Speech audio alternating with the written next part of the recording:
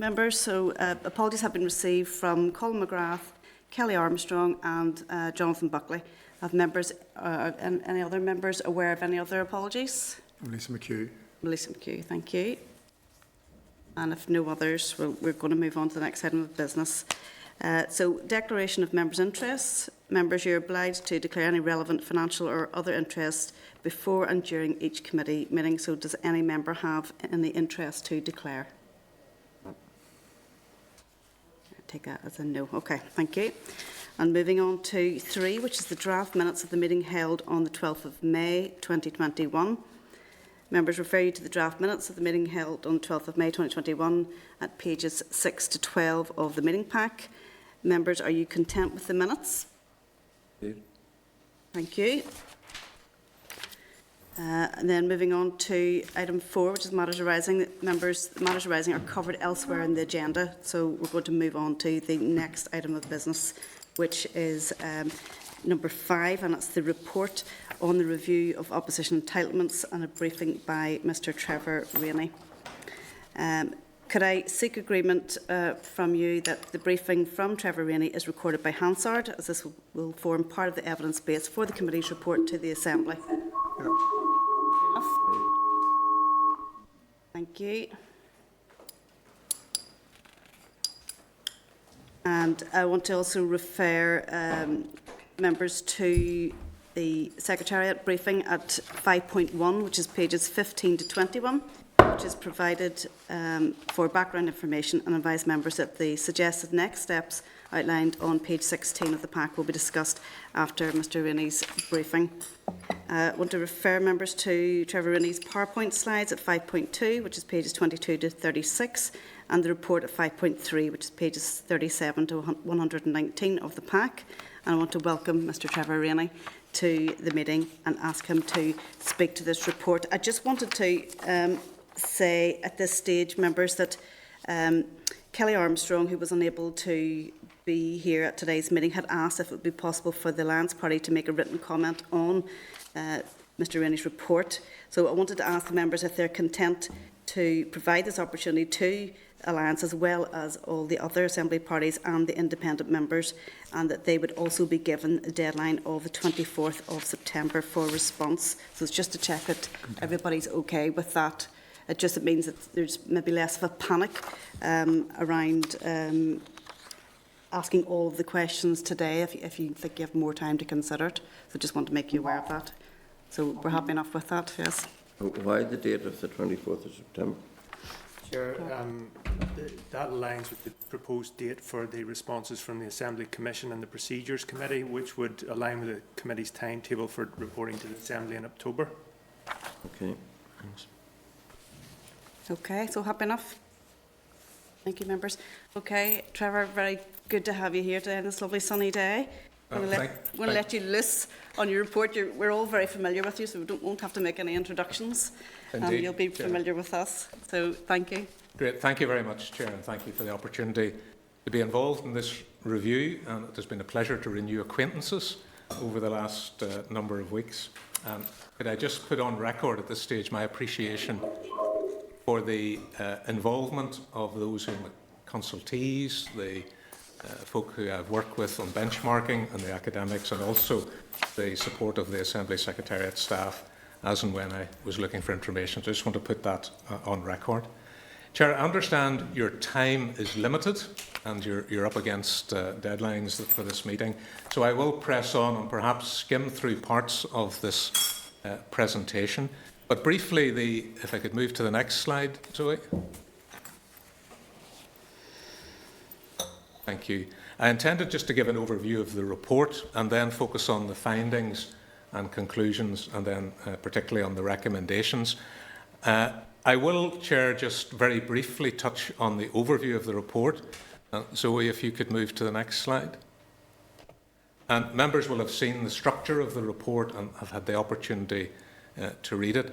The only comment I would make at this stage, because of our time pressures, is around the research element of the report. And just to highlight that, as I explored with academics and others research around the entitlements for official opposition, as opposed just to the theory of opposition, there was very limited, in fact, no specific research on the entitlements, their effectiveness, or otherwise. So that is something which I've commented on observations that the Assembly may wish to encourage some research in that area for the future. I did focus benchmarking on the UK and Ireland. That's not to say that I didn't look internationally, but the application of international models becomes more difficult in understanding the unique circumstances in differing countries throughout the world. I did look at the procedural and the financial elements particularly, and there are very common procedural elements which are consistent across many parliaments in terms of the work of opposition. And there was reference in 3 of the 4 comparators that had recognition of political or technical groups, and I've commented on that later. The financial comparisons and benchmarking is always difficult to do because you're attempting to compare apples and pears, and the systems and the structures of those systems are very considerably different. But I have attempted in the table on page 28 of the report to explore a comparison using a model of 10-member opposition, and tried to, with some estimates and some assumptions, provide a broad comparison. If I could make one small apology to the committee, the figures for the Assembly in the 2 boxes are slightly understated by £500 and £630. There are 2 elements to the Whip's allowance, and those tables omitted the second of the 2, which is a very small addition of £500 and £630. Perhaps I could move on to the next slide, and this is really focusing on the findings and conclusions of the report. And overall, I think, Chair, I've looked at this in 2 ways. Firstly, the procedural elements, and secondly, the financial elements. And in my view, taking together the current procedural elements of the Statement of Entitlements, along with full implementation of the 2016 Act, in my view, provide a sound basis for the work of an official opposition. However, I have made 2 recommendations just to enhance that, one in relation to oral questions and the second in relation to statutory committees. It's clear from the comparisons, Chair, in relation to finance, that the resource entitlements here at the Assembly are significantly lower than in many other places, and I have made recommendations for their enhancement. Additionally to that, I've made recommendations around political and technical groups and around access to information, which was an issue raised quite significantly during the consultation process. Could I refer, Chair, to the issue of salaries for leaders of the opposition or whips or of that nature? Those payments do not appear in very many other institutions, and it was not raised with me during the consultation process. So I have not commented on that, and I would just suppose make the point that that will be the responsibility of the Independent Financial Review Panel, which is responsible for salaries of members, and that might be a matter they look at when they are reconstituted at some point in the future. So perhaps I could move to the recommendations, and again, Chair, conscious of time, I will skim through these relatively quickly. If we could move on to the next slide, please. And I will pause on 1 or 2 and perhaps say a little bit more about 1 or 2 of them.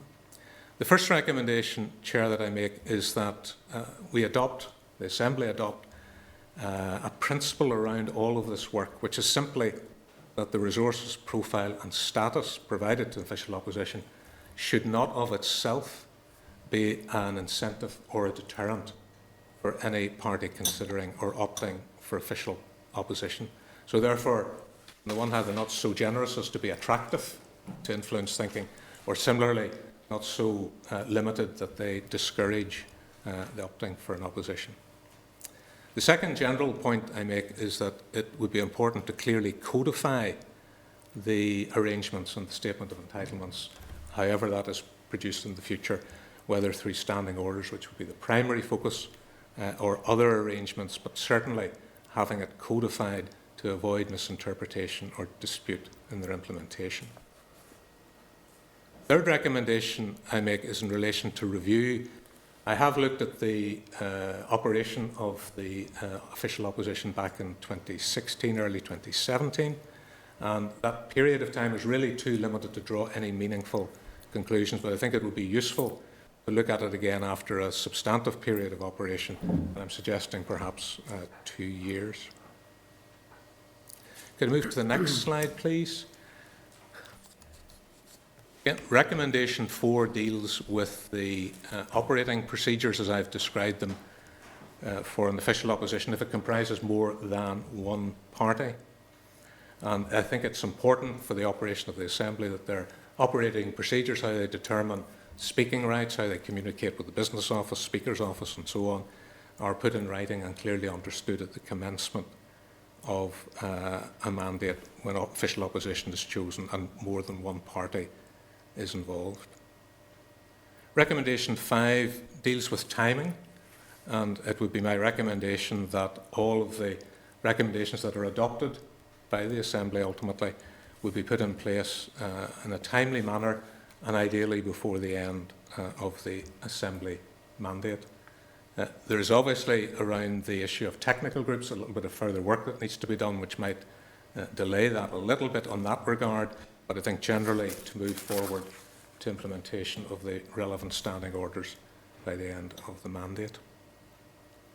Could I move to the next slide? And here I'm focusing, Chair, on the procedural recommendations, and recommendation 6 deals with speaking rights that are currently contained within the Statement of Entitlements, and each of these around question time, executive business, statements, matters of the day and opposition entitlements, I think are reasonable and should continue. I just make one passing comment on matters of the day. They are designed not to be issues around government business. Therefore, there could be an argument that the official opposition is not scrutinising government at that point in time, but I didn't think it significant enough to make any recommendation around that. I make an additional recommendation at number 7, that the questioning of the executive, where we have an existing entitlement under the Statements of Entitlement, and I'm suggesting or recommending that the official opposition should have the first question to all ministers in the tabled question time. We move to the next slide. Recommendation 8 address the outstanding standing orders from the 2016 Act as I describe it, and I feel that each of these are appropriate to proceed with, and I note that Standing Order 45A has already been amended, but that looking at all of those, the Procedures Committee, in my view, should take those forward, and that together with the other comments I've made around Statement of Entitlements, that would produce a sound basis for an official opposition. Can I move to the next slide? And recommendation 9 deals with speaking rights, and there is within the current Statement of Entitlements reference to apportioning speaking rights if more than one party is involved, and I think that is sensible and that should be formalised and linked back to what I was recommending on operating procedures in recommendation 4. Could I move to the next slide? Recommendation 10 deals with statutory committees, and this is perhaps, Chair, something that may only happen very occasionally or in limited circumstances where an opposition is of a smaller number than the number of statutory committees. That might well be the case, or it may be the case in the future the number of statutory committees may increase, but I think the principle is there that an official opposition should have a representative on each statutory committee to enable it to properly scrutinise government. Recommendation 11 deals with political or technical groups, and I note in my research and benchmarking that 3 of the 4 other parliaments that I looked at in detail have some degree of recognition for technical groups or political groups and how they deal with procedural matters within the work of their parliaments. And from that point of view, Chair, I would suggest that requires further consideration to explore the value of that within the Northern Ireland Assembly situation. Could I move to the next slide, please? And Chair, I now move on to the financial recommendations. And recommendation 12 deals with resources and my view that a significant increase in resources should be provided to support the effectiveness of the official opposition. And I've used within my report the model of a 10-member opposition. Other numbers could have been chosen, but that seemed to have been a reasonable figure to work with for comparison purposes. And I'm recommending that there should be an addition of £100,000 per annum to a party of 10 in official opposition over and above the general level of FAP funding. And that obviously would vary if there were a smaller or larger number of seats in that regard. It's very difficult in doing comparisons, Chair, to get, if you like, a realistic comparison with other institutions. But suffice it to say that in the Scottish Parliament, the differential between party and government, party and opposition, is around about £69,000, £70,000. In the Welsh Parliament, it's about £90,000. So £100,000 is sitting, at the upper end of that, but in my view, reasonably so. Recommendation 13 deals with the FAP scheme itself, and some of these comments would apply to all of the FAP scheme, including parties and government, but I think it's important that the principles apply across all. And it had been part of the Statement of Entitlements originally that the additional funding would be cost neutral. So in other words, if there was an official opposition, it would receive extra funding at the expense of the other parties. And I'm recommending that that principle cease, that additional funding is made, and that no reduction is made in the funding of other parties if an official opposition is in place. We move to the next slide.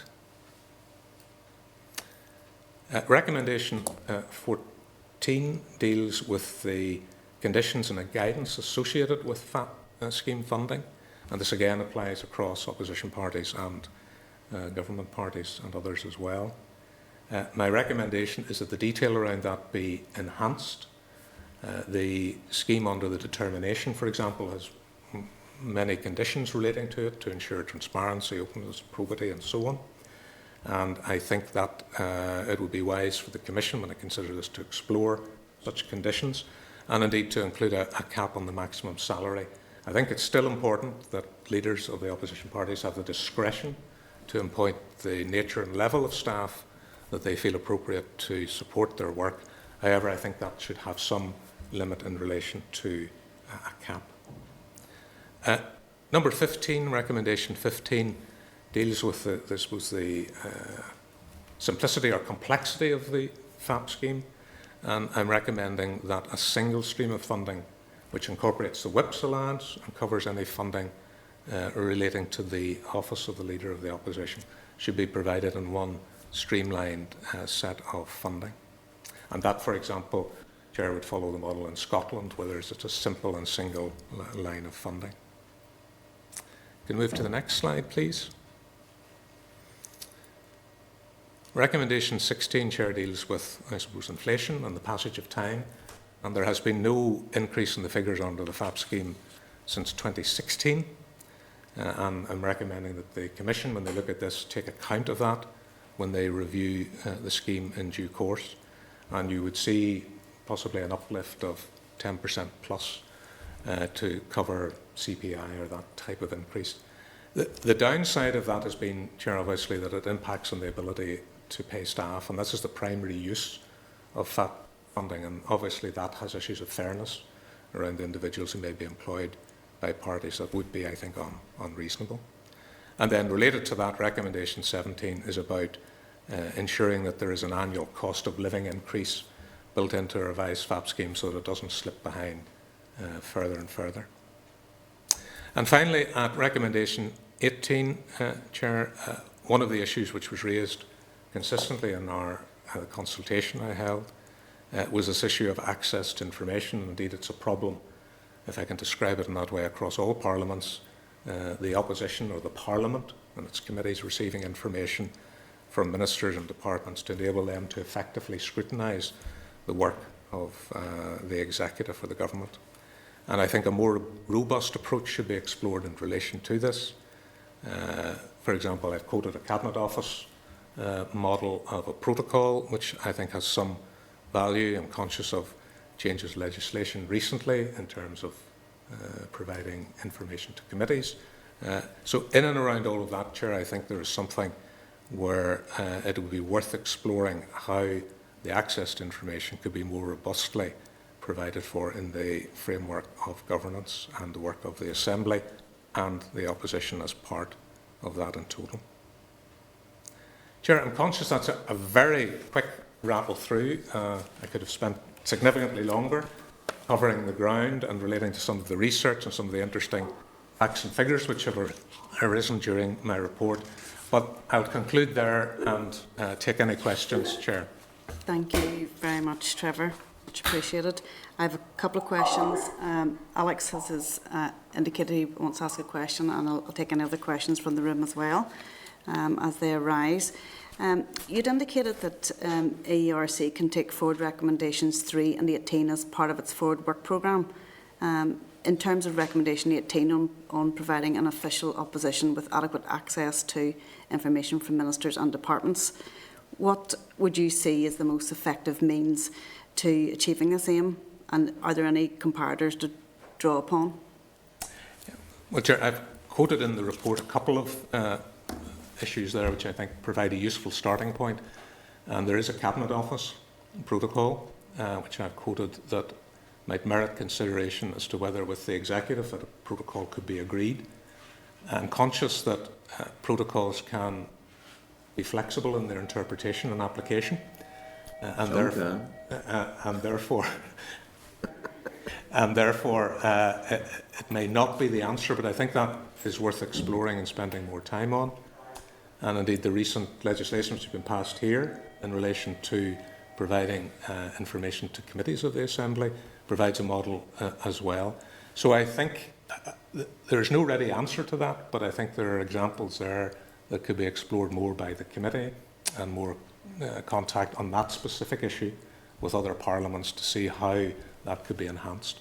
But certainly ensuring that a committee of the Assembly, ensuring that its members, and in this case the official opposition, have the information they need to scrutinise, and receiving that on a timely basis is important for effective scrutiny.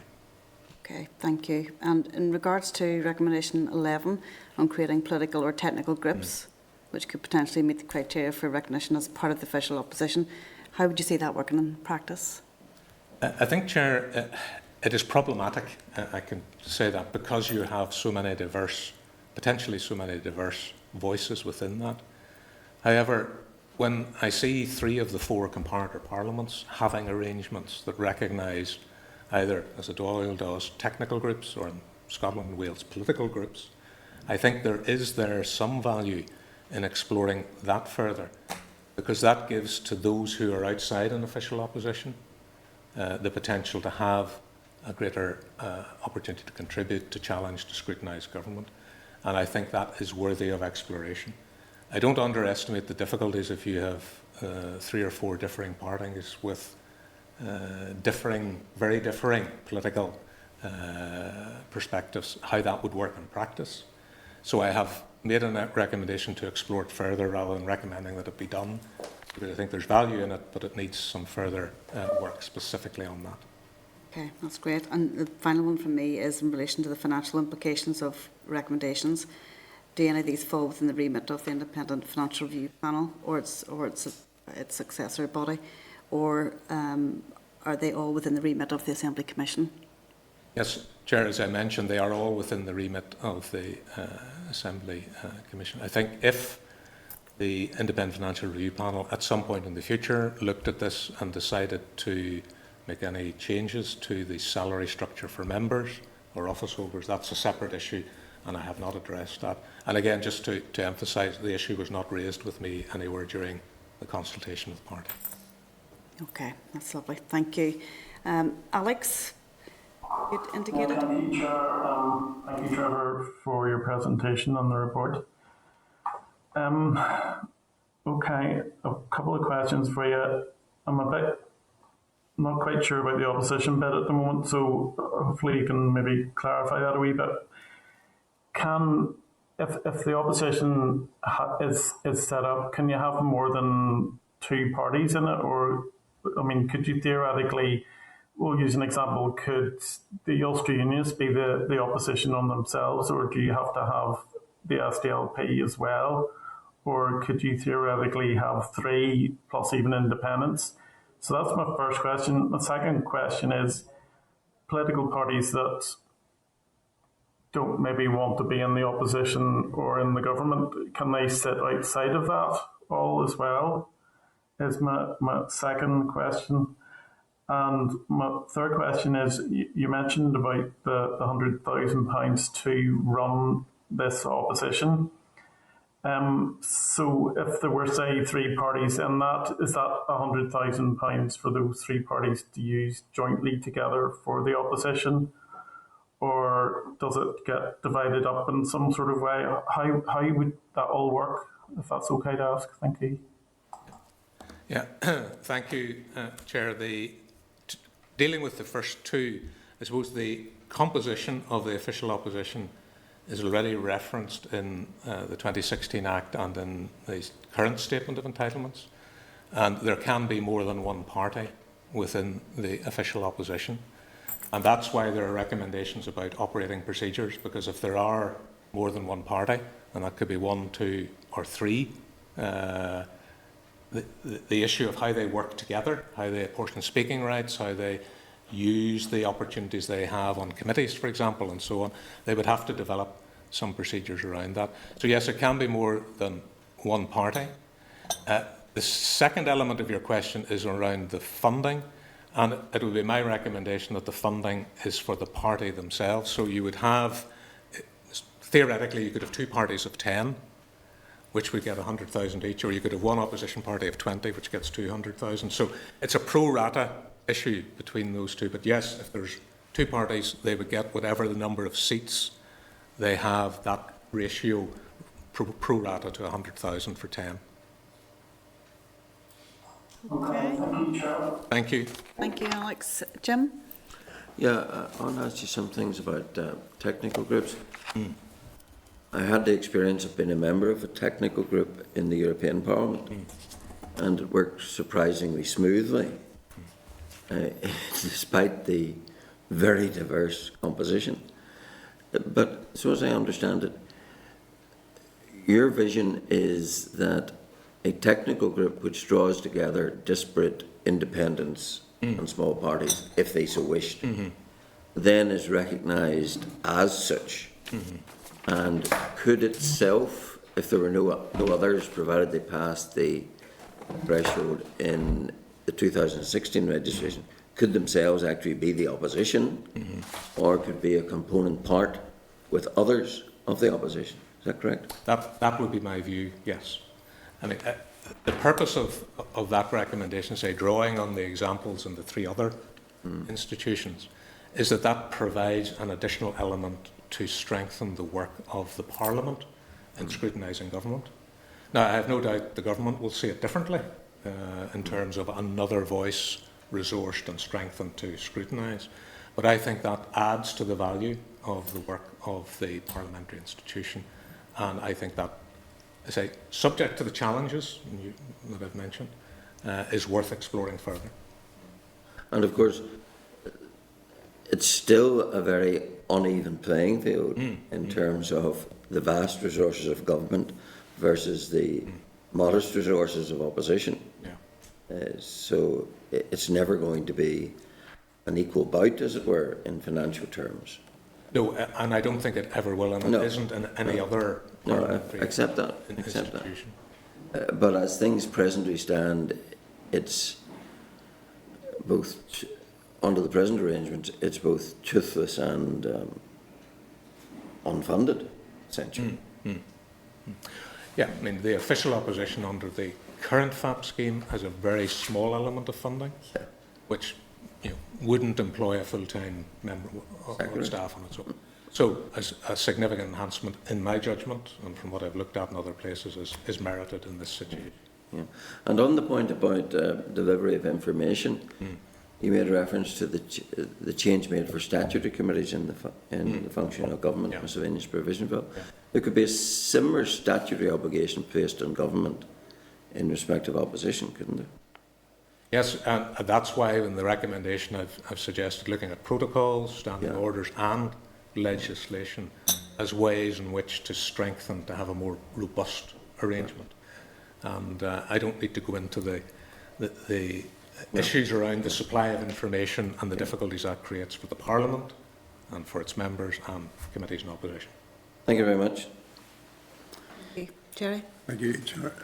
Trevor, just let's go back and some of that stuff, just so as I can understand it. Because Alex was asking at one stage, can you be outside both the opposition and that, and then Jim was talking about technical groups. So I'm trying to understand this sort of, just deal with the finance first. Are you working out on the basis that, you know, if you were not in the government parties, then there would be £10,000 available to you as an independent? Or does it have to be a technical group which is set up at and what size does that technical group have to be? Yeah. Or if it's the opposition, again, are you talking about, and I may have picked this up wrong, but are you talking about a series of oppositions essentially? So it doesn't matter, or maybe it does matter, it does or it doesn't matter, mean that if they pull together, that there has to be a certain, if you like, threshold that they go beyond, which brings them beyond a technical group or beyond an individual independent. It's just that type of structure. Could you explain that a bit more? In terms of the official opposition, there are two ways that it can be recognised.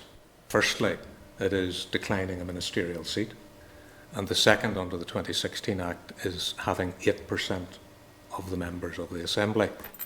And I think those are reasonable thresholds to have, and that the 2016 Act 8% issue should be put into standing order so it's there clearly to action. So a group would have to cross that threshold. So 8% is 7 point something seats, let's say 8 seats. So there would have to be 8 seats of the very small parties, the independents, coming together into a group of 8 or more members. They would have to develop their operating procedures, they would have to demonstrate a coherence to be recognised and to operate.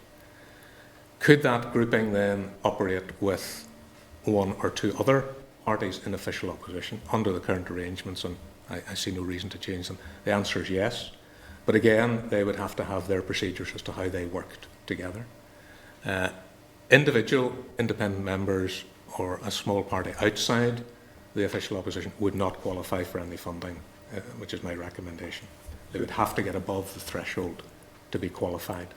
So the official opposition needs to be agreed by those parties and demonstrated. Yes, yeah. And then outside of that, if there were others, then they simply operate as. They would continue as currently, yes, yeah. Thank you.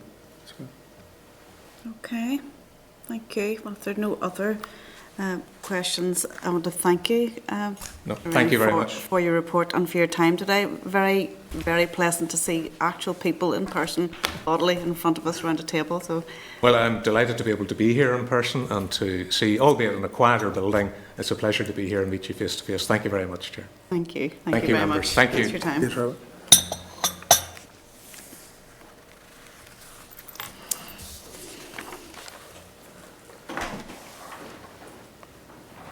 Okay, members, I just want to ask at this point if you have any views on the report at this stage. Obviously, there is going to be another opportunity then to come back as individuals or as parties on the report. But just if you want to put on record any views at this point, you're more than welcome to. I think it's impressively comprehensive and throws up a number of interesting propositions which I trust will be advanced. Thank you. Thank you. No other members at this point? Okay, that's grand. Okay, so could I ask you members if you're content then to forward Mr Rainey's report to both the Assembly Commission and Procedures Committee seeking written responses on the financial and procedural implications of the review recommendations as applicable, and to ask the members if you are content to request that the responses are provided by Friday the 24th of September 2021 to enable the AERC to prepare and make its report to the Assembly in October 2021 in accordance with the review timetable. Can I just ask a wee question? Sorry, Chair. Sure. Did you mention to the Commission and to all members? Did I pick that up wrong? Who's it go to? Yes, Chair. So the review terms of reference requires the committee to consult both the Assembly Commission and the Procedures Committee. But in light of the Chair's earlier proposal that was agreed, it would also go out to all the Assembly parties and independent members with the same response date of the 24th of September. Okay, yeah. Okay, so we're happy enough then with those actions. And are you content that AERC offers both the Procedures Committee and the Assembly Commission the option of an oral briefing from Mr Rainey on his report in order to facilitate and expedite their responses? Good. Okay, thank you. Okay, so members need to note that if the offer is accepted, it will be subject to making appropriate further contracting arrangement with Mr Rainey, as explained in paragraph 6b of the Secretariat paper on page 16 of the pack. So are members content that the committee proceeds on that basis? Yes. Good. Okay. Okay, so the committee is content to offer oral briefings from Mr Rainey to the Assembly Commission and Procedures Committee. Just advise members that the confirmation has been received at official level that the Commission will be able to respond by the 24th September deadline, and the Procedures Committee will schedule a briefing from Mr Rainey at its last meeting before recess on the 30th of June. Okay, so members, are you content that the AERC works to its timetable of reporting to the Assembly on the outcome of the review in October 2021, and the Committee Secretariat schedules the necessary meetings accordingly? Good. Thank you. And members, want to ask you if you wish to publish Mr Rainey's report on the committee website in the meantime, with any necessary redactions being made to personal data around phone numbers and signatures, etc. See why not? I was just thinking about it. It probably has no issue. It's just, is there an issue around that going out at the same time as going to Procedures and the Commission? Chair, it's going to be going out to all the Assembly parties as well. So. Okay, point made. It's right there. That's fair enough. Okay, Grant, great then, thank you. Are you content that Mr Rainey has delivered upon the existing contractual requirements as set out in the committee specification for the review? Yep. Good. Thank you. And are you content for the chairperson to write to both Trevor Rainey on behalf of the committee to thank him for his report and work to date, and to Sir David Nasler, I hope I've pronounced that right, former clerk to the House of Commons, to thank him for the assistance which he provided to Mr Rainey? Great. Good. Thank you. That's super. Okay, so that takes us on to the next item of business. Chair, have I go to question time, or have you still got a quorum? We won't have, but I think we can cope. That was the main actions that we needed to get approval for from the members. So we can cope if we do lose the quorum. I think we can still take information from Marie at this stage, and we can follow up via email on any other actions that need approval. Thank you. So thank you. Thanks for your time, Jim. Okay, so item 6 is the additional review topics and the follow-up actions.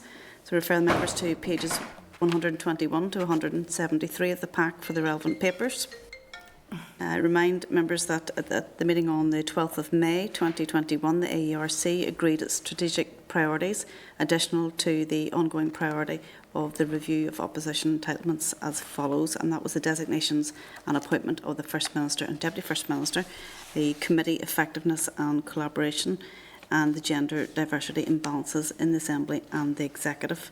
So the action plan at Appendix A, pages 123 to 126, reflects the actions agreed under each priority at the AERC meeting on the 12th of May. It provides details of the progress made to date and the proposed next steps. So I want at this stage then to invite the Senior Assistant Clerk, Marie Austin, to outline the action plan and the progress to date. Thanks, Okay. Marie.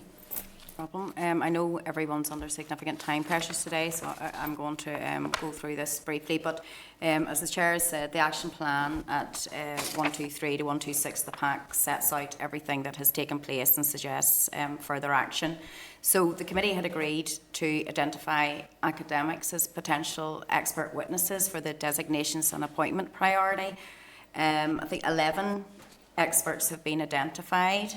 And it's really for the committee to decide whether it wants to request written evidence from some or all of those experts identified. The idea being that once we get the written evidence from them, we'll then issue consultative questions to political parties and the Human Rights Commission, because we had the committee had identified them as relevant stakeholders. The committee had also requested a written submission from the Deborah Institute, and that's included in your pack. The committee might want to note that for now and consider perhaps taking oral evidence at a later stage. In relation to the committee effectiveness and collaboration, CLG is doing quite a bit of work on strengthening committee scrutiny. It's got a full programme of work right up until it reports in the autumn, and it might be sensible to wait until CLG reports before we consider if there are any gaps and if there was any work ARC could take forward. In relation to the gender and diversity imbalances in the Assembly and the Executive, the committee had commissioned an issues paper and draft questions to go to the Good Relations Group so that they could use those questions to try and gather evidence during consultation exercise that they were undertaking. So we will get a report from that, and we can consider that, or the committee can consider that at a later date. So the committee had gone out to the Commission, the Women's Caucus, Committee on Procedures, etc., to try and get a picture of all the work that's been undertaken in relation to diversity imbalances. I've received responses, so after this meeting we can collate that and we should have the full picture. The ARC report on women in politics and the Assembly, the 2015 report, there were recommendations made to the political parties. Now the Commission has answered in our request for the information for the stock take. They have gone through all the recommendations that were made for the Commission to undertake, so we'll have an update from them. But there was also recommendations for the political parties, so you might want to go out to the political parties referencing the recommendations and asking what progress has been made to date. I think that's everything for now, but happy to take questions if anybody has them. Okay, any questions, Jerry? I was just wondering, just in the last thing about the 2015 report on women in politics. First of all, I think it does no harm to go out and remind the parties. That's it. Most of them have forgotten. And to see what progress has been made. I mean, I'm also presuming because we don't have quorum now, there's no decisions to be made here, so this is just how to move forward, just really. After this, what I'll do is I send out an email with all the decisions that members might want to take, and you can agree them by correspondence. Oh, well, I think that one, the reason I'm coming on that one, I think that one's just straightforward. I mean, who's going to disagree to it? It's already been out. It's just sending it out again, you know. Yeah. But I think it is important to send it out again. And I'll probably read those suggested actions into the record anyway, and then they could be followed up and actually done officially then by email, as we don't have a quorum. Alex, you're looking in?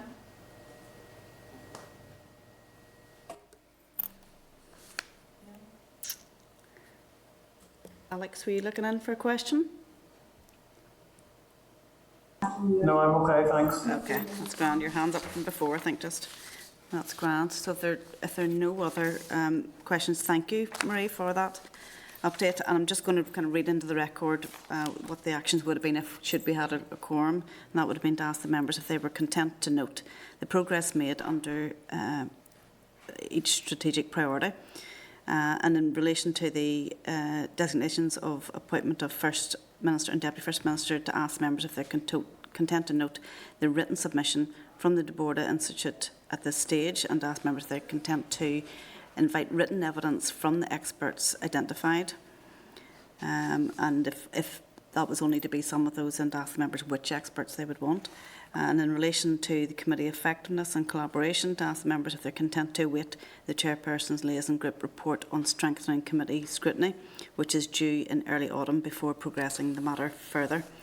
And in relation to gender and diversity imbalances in the Assembly and Executive, I was asked the members if they were content to note the issues paper in respect of BAME communities and persons with a disability in Good Relations Action Plan, and asked members if they are content to note the responses received as part of the committee's stocktake. The information will be collated following this meeting, and ask the members if they wish to request a progress report from each of the political parties in the Assembly in respect of the recommendations contained in the AERC report on women in politics and Northern Ireland Assembly. So that covers that, Jerry.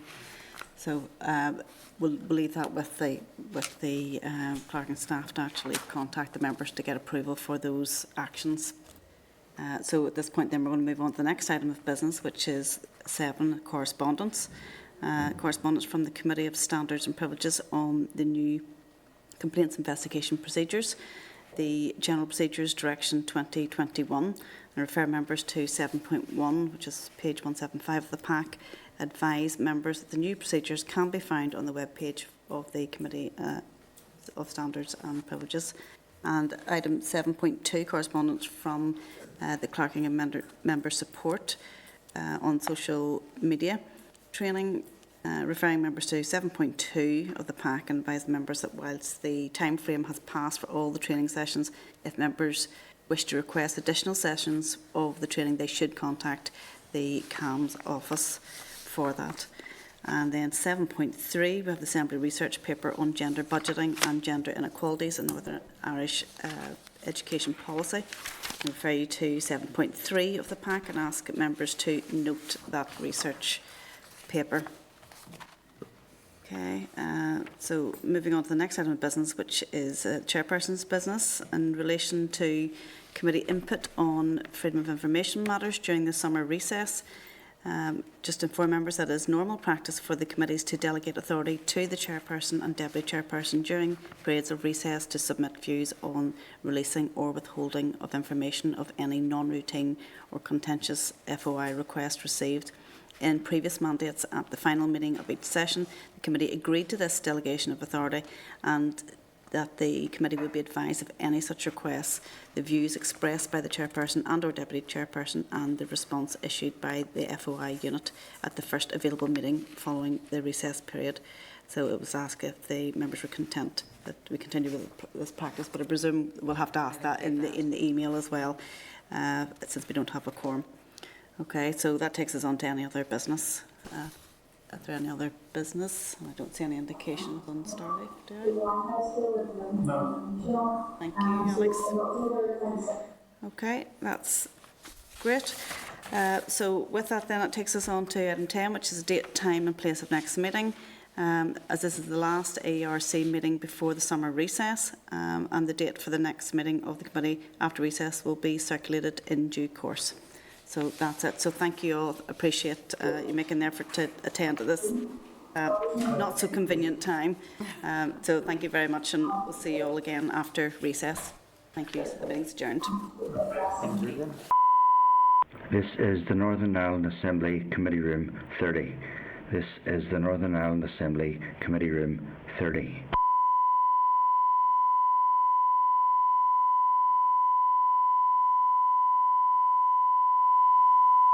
This